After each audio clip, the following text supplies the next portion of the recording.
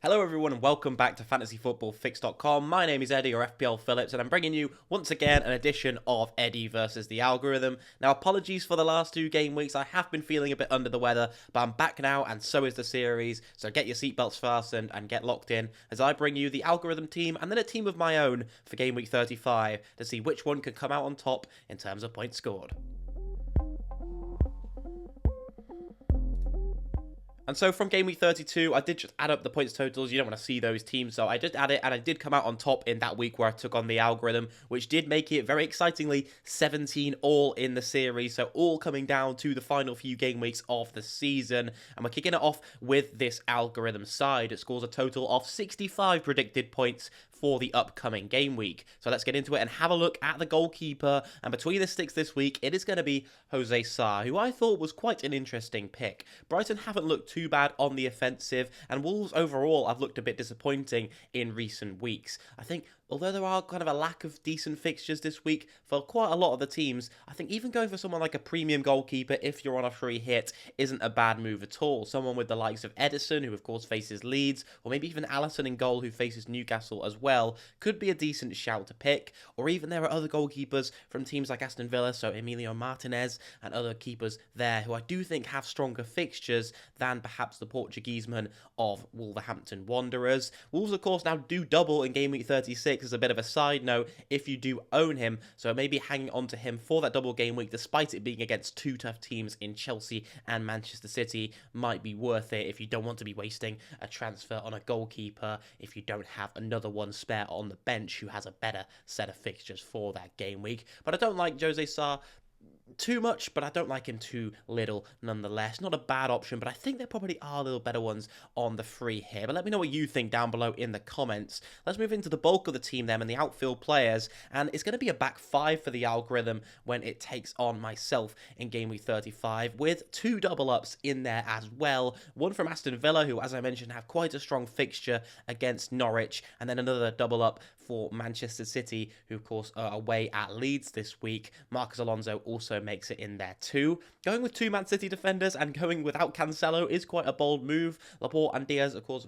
very safe options to go for with Champions League minutes and whatnot. Should both be starting in this game. And then Matty Cash and Tyrone Mings will both be starting for Villa at the weekend too. So yeah, looking pretty nice. Norwich are still quite near the bottom of the table in terms of expected goals against. They're 16th if you look at it that way. Aston Villa, in terms of keeping a clean sheet, are actually looking very strong indeed. Actually looking in 5th from game week 30 and forwards when we're looking at it in terms of expected goals conceded. So as well as that defensive aspect, you've also got Matty Cash on the offensive against a team like Norwich, who still aren't looking very strong at all, as they haven't most of the season. So I think Cash is a really great pick to bring in this week if you're looking for a defender that you might want to go for. But there is a lot of plus sides of holding transfers this week, so if you want to and can roll it and have 2 for game week 36, I think that is a really good thing to do. But for people like myself who own players like Fabian Schär or perhaps others that they want to shift out, for Matty Cash, who of course faces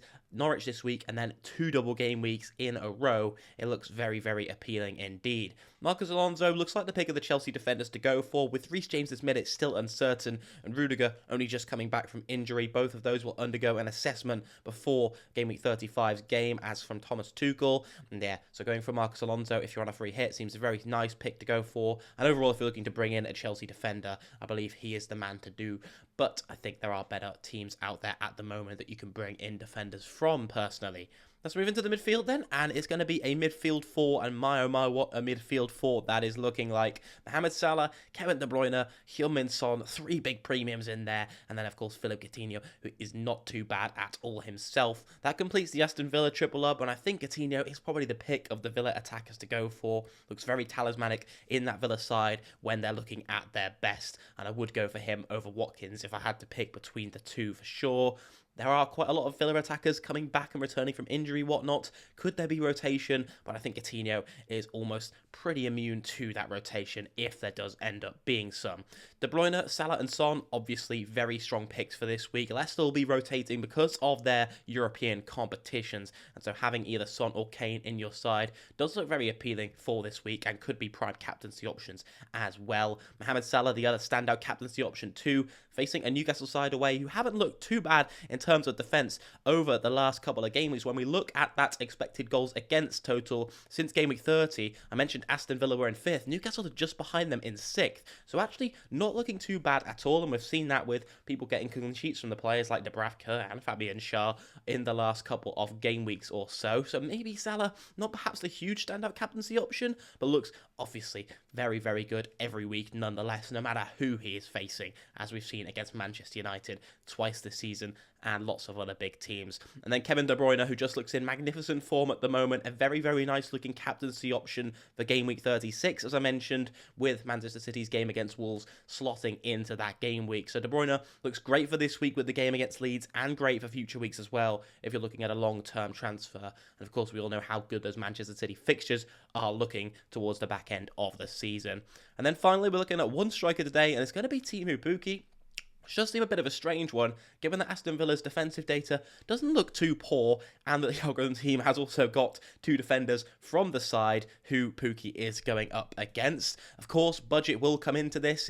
The algorithm's gone for a very, very strong midfield, so it needs to compensate. We're going for a bit of a cheaper striker up front. There's 2 other ones in Broja and Mateta on the bench, who perhaps maybe would even go for over Pukki, but Pukki has looked in better form, that is for sure, than those other 2 strikers, and is less of a minutes risk, definitely. When we look at Norwich's underlying data for expected goals, they're really in the mix. They're actually above Manchester United, but still well inside the lower half of the table when we rank it since game week 30. So Pukki, I don't think is a bad shout. A lot of people holding him, of course, for that game week 36 and bringing him in last week, only to be disappointed with a blank. But nonetheless, not a bad shout. And this team overall looking very strong, coming in with a very decent predicted points total of 65 when we add in the captaincy armband to Mohamed Salah, with the vice captaincy going to Kevin De Bruyne if it is needed. But yeah, that wraps up the algorithm team. I'm going to reveal to you now my team that I'm going to be using to take on this algorithm side and see if I can go one up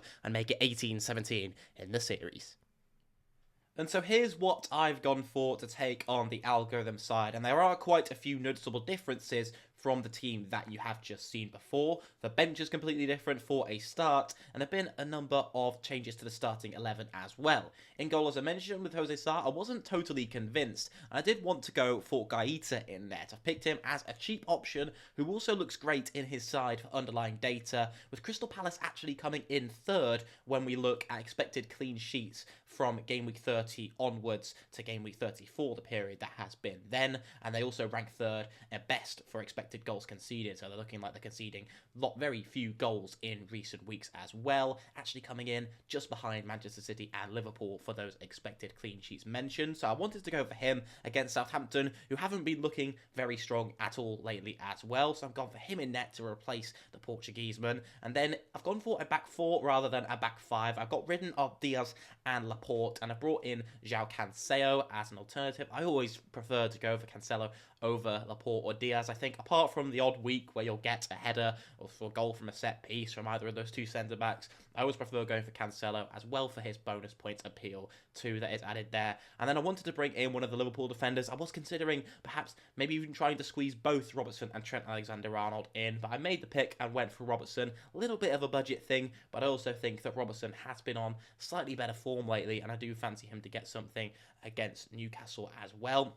In midfield, I've made the switch, moving out Heung-min Son for a much, much cheaper alternative in order to bring in Harry Kane up front, who I did kind of want to captain this week. And I've gone with Jacob Ramsey, and when I was looking at the underlying data, and albeit Ramsey is a punt, he does actually have higher expected goals than Coutinho over recent weeks. And so I've gone for him to complete the Aston Villa triple up, rather than adding in a second defender, as the algorithm did with Tyrone Mings, and making it a 4-4-2. I've kept Teemu Pukki, and I've also gone for Harry Kane up front, who, as I mentioned, does take the armband. And so yeah, those are going to be the differences that you're seeing in my team as opposed to the algorithm side for this week. As always, I'm very interested to know. Let me know down below in the comments, who do you think is going to come out on top this week? Is it going to be the algorithm with their side, the 5 at the back formation, or is it going to be my team that you can see on screen right now? As always, very interested to hear, as I am with any feedback you do have on these videos, especially moving into next season as well. If you do have anything you'd like to see or content from us that you would like us to try our best to provide, then for sure, drop it down below in the comments. Always makes a massive amount when you can hear other people's opinions and the voices of you guys who ultimately make the channel. So thank you very much for your continued support. But that is going to wrap up Eddie versus the algorithm for another week. Let's see who can come out on top for Game Week 35, and I wish you all the best of luck for the upcoming game week. I'll see you all very soon. Goodbye.